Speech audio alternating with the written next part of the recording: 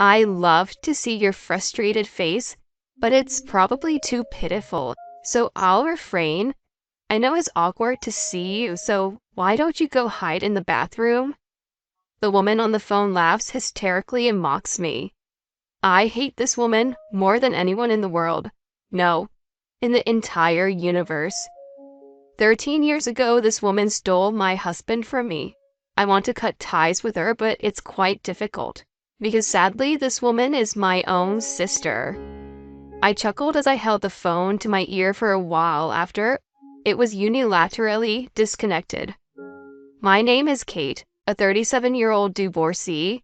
My married life fell apart in just half a year, and it's all because of my sister with a rotten character. I have a fraternal twin sister. Her name is Carly. Our appearance is so identical that even longtime friends mistake us for each other. However, despite our similar looks, our personalities are completely different. I'm more on the quiet side, but Carly was an active class president type.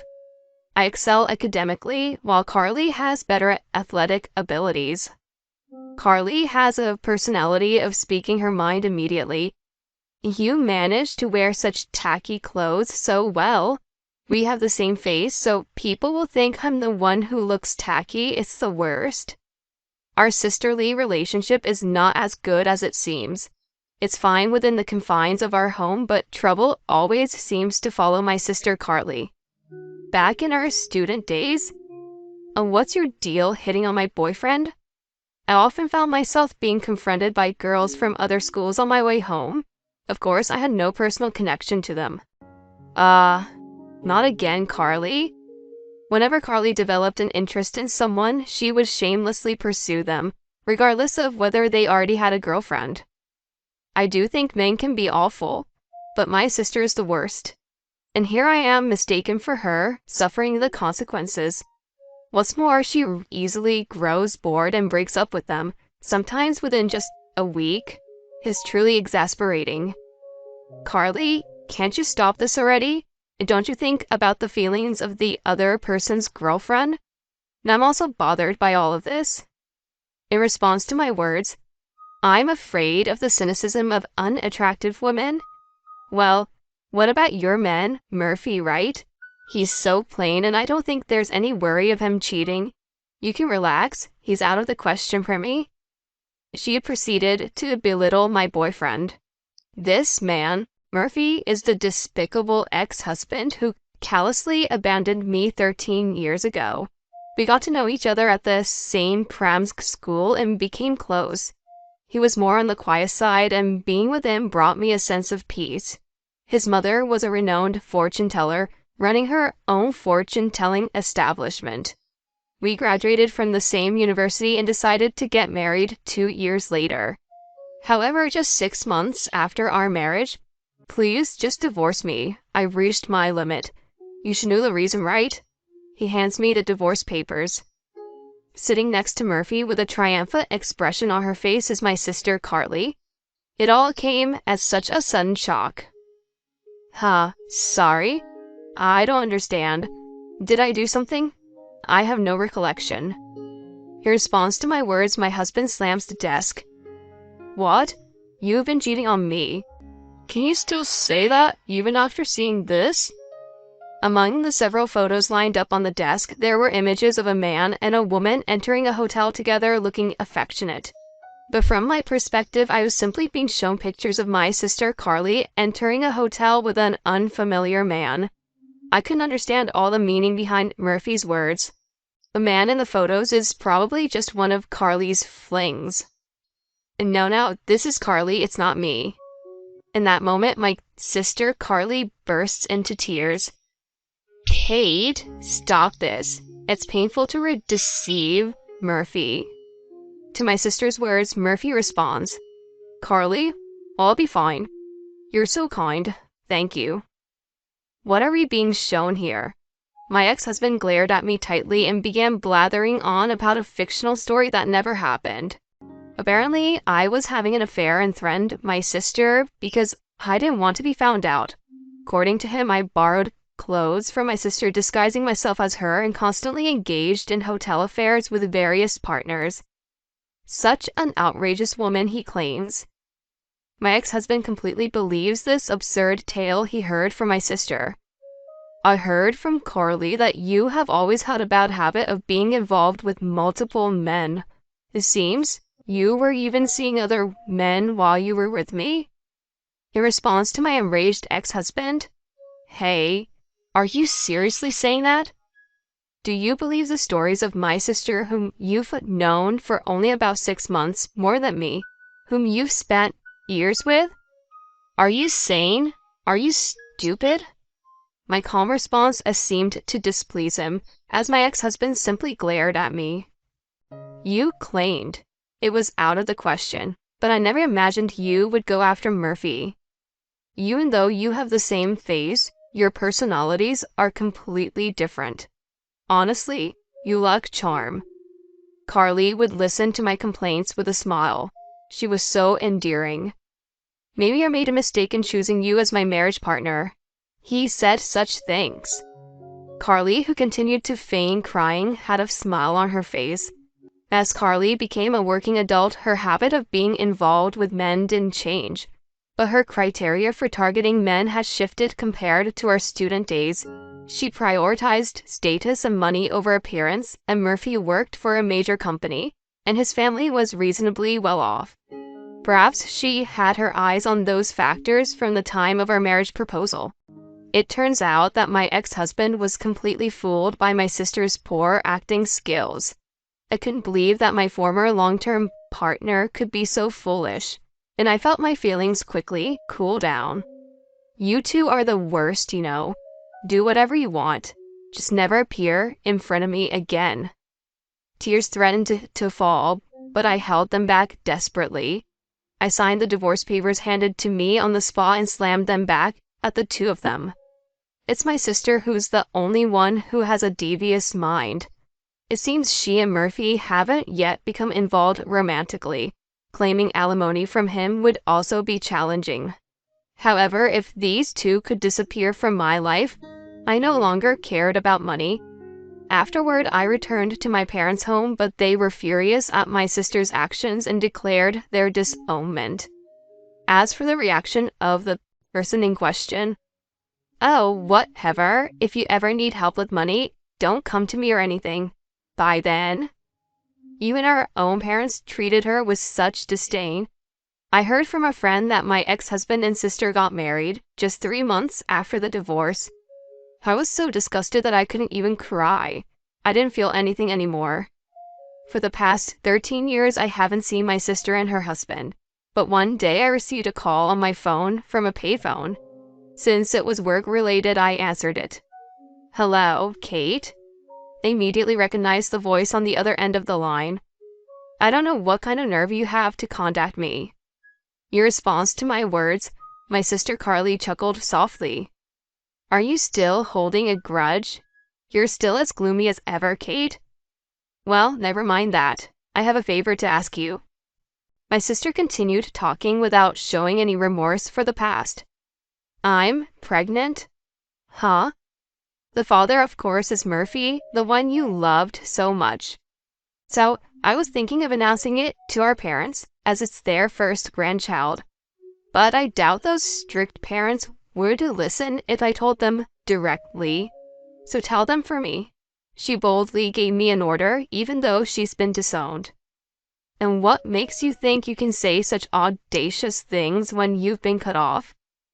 I retorted, but Carly had a comeback. "And what about you? How many years has it been since then?"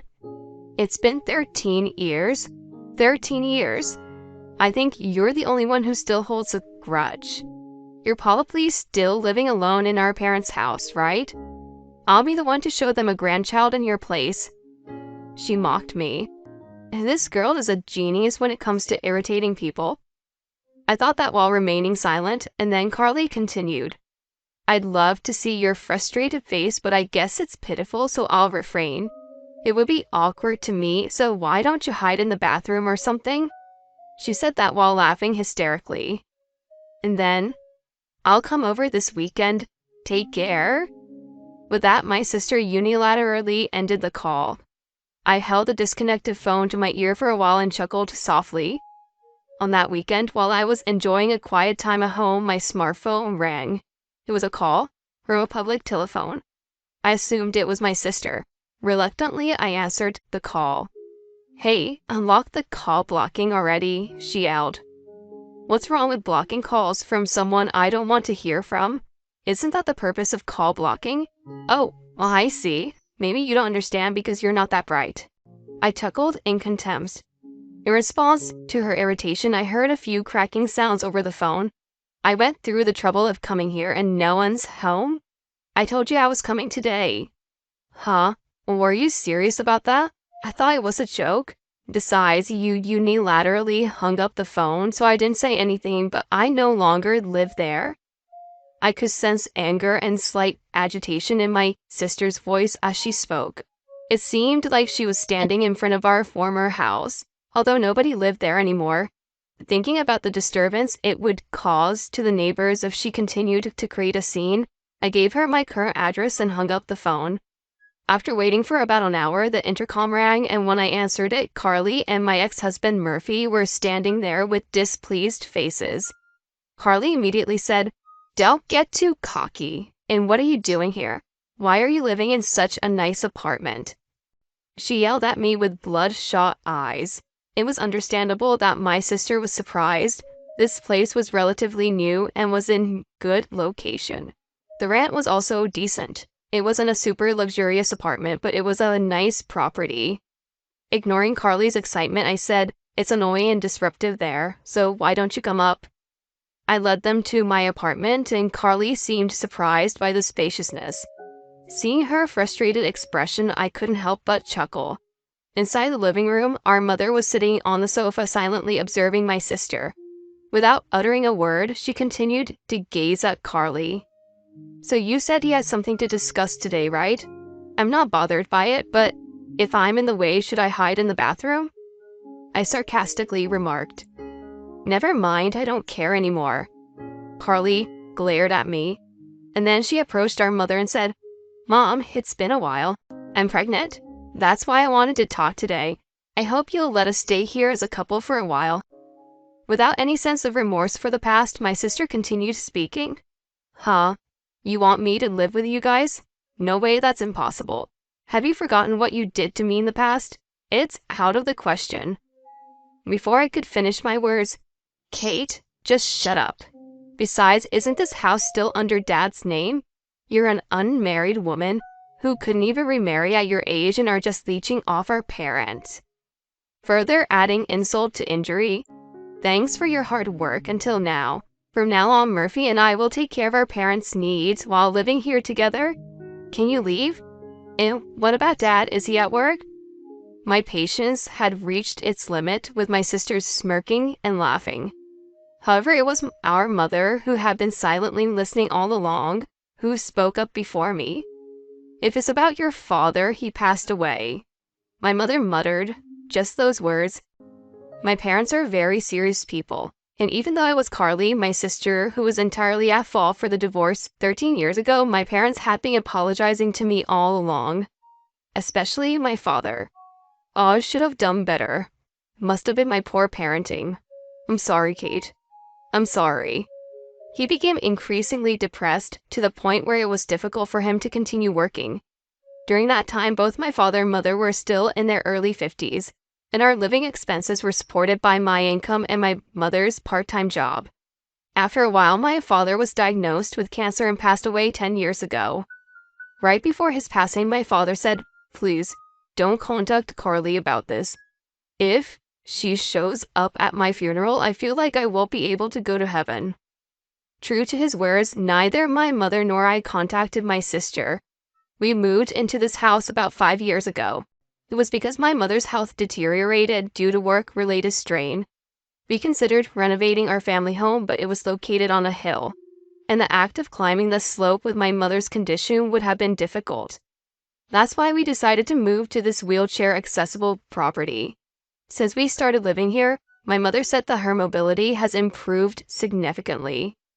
I thought I was calmly explaining this matter, but when I recalled my father's presence before he passed away, tears welled up. I believe my mother felt the same way.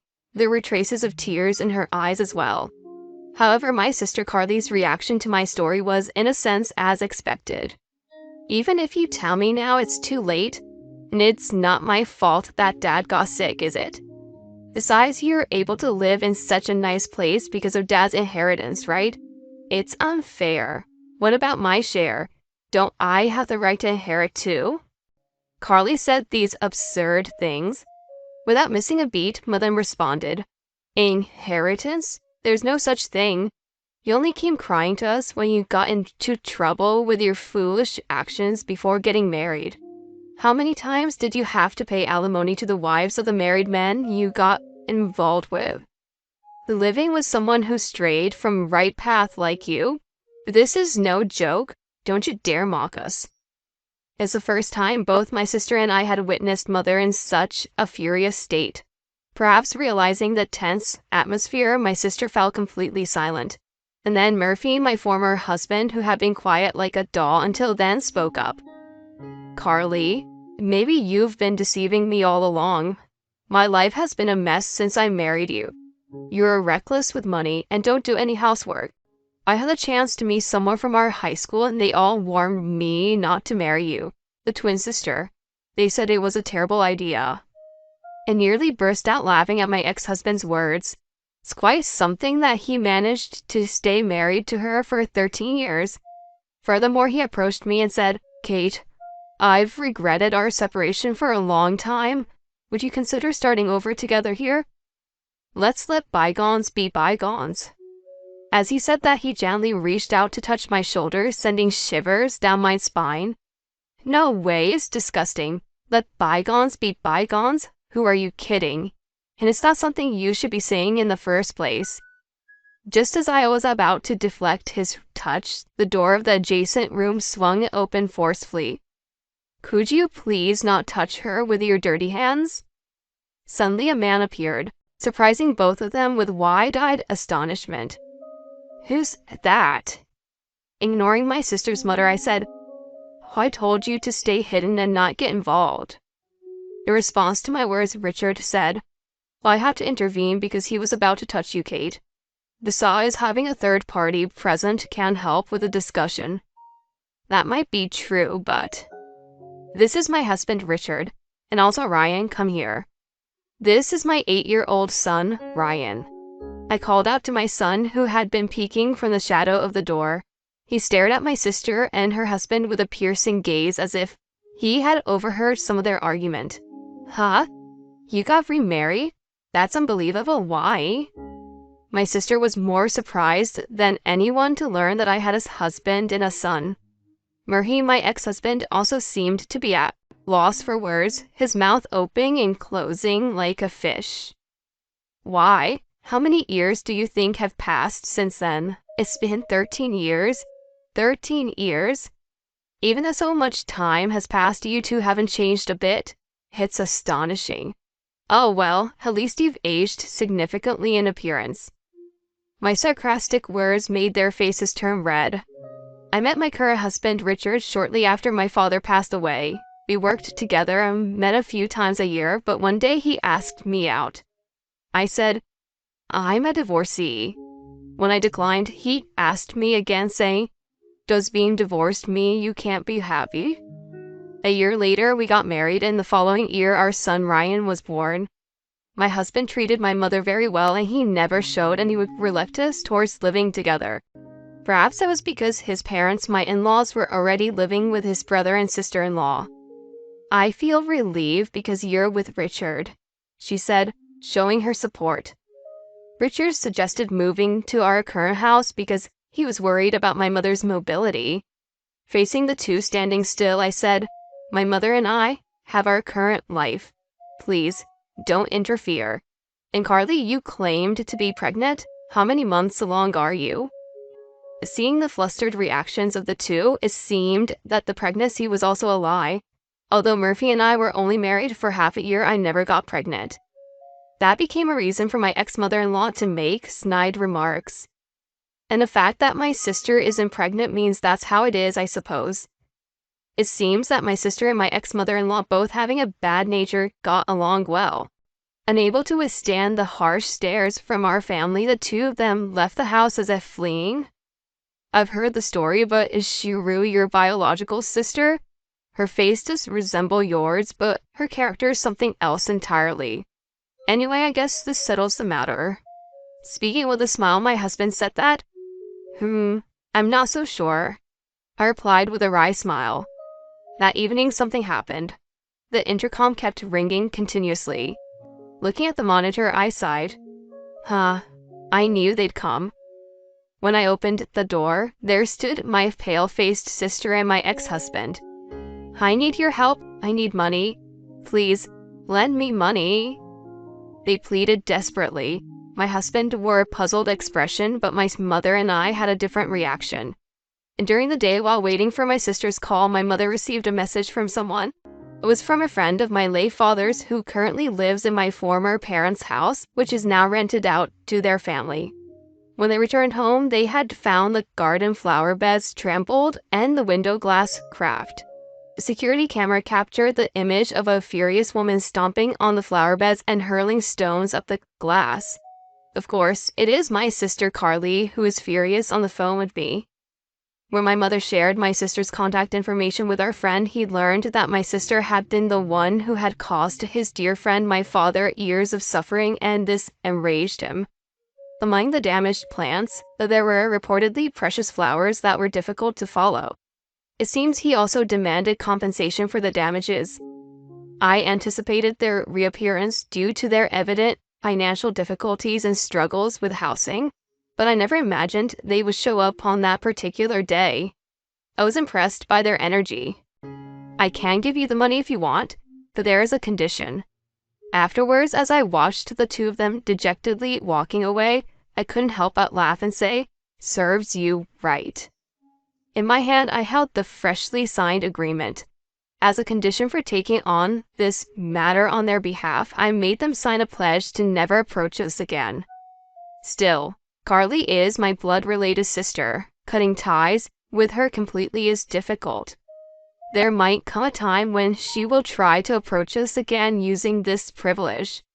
At that time, I'm prepared to fight, whether it be in court or anywhere else, using the secretly recorded audio from 13 years ago and this incident.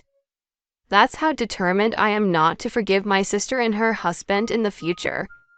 I later heard from a friend that my ex-husband quit his job at a major company right after divorcing me and started working as a staff member at the fortune-telling establishment managed by my former mother-in-law. He and my sister seemed to live a luxurious life with a high salary because they were relatives. However, a few months ago, my former mother-in-law suddenly passed away due to illness. My ex-husband took over as the successor, but he had no talent for fortune-telling. The fortune-telling establishment quickly became deserted. In a panic, my sister and her husband. This is a bracelet made with heartfelt intentions by our late mother. It seems they started a business telling lies to the people who had faith in the late mother-in-law. However, their lies were exposed through internal whistleblowing, and now a victims association has been established.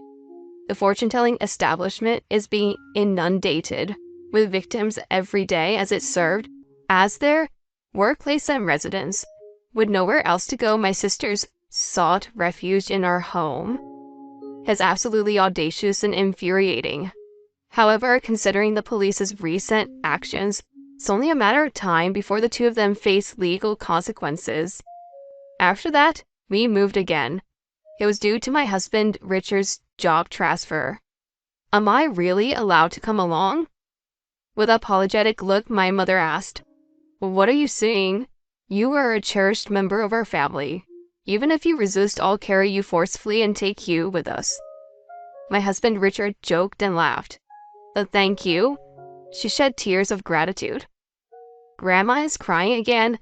Here, take this tissue." While Ryan, my son, chuckled and expressed concern over my mother's easily moved nature, I watched the scene of my family with a sense of gratitude for the happiness I currently had.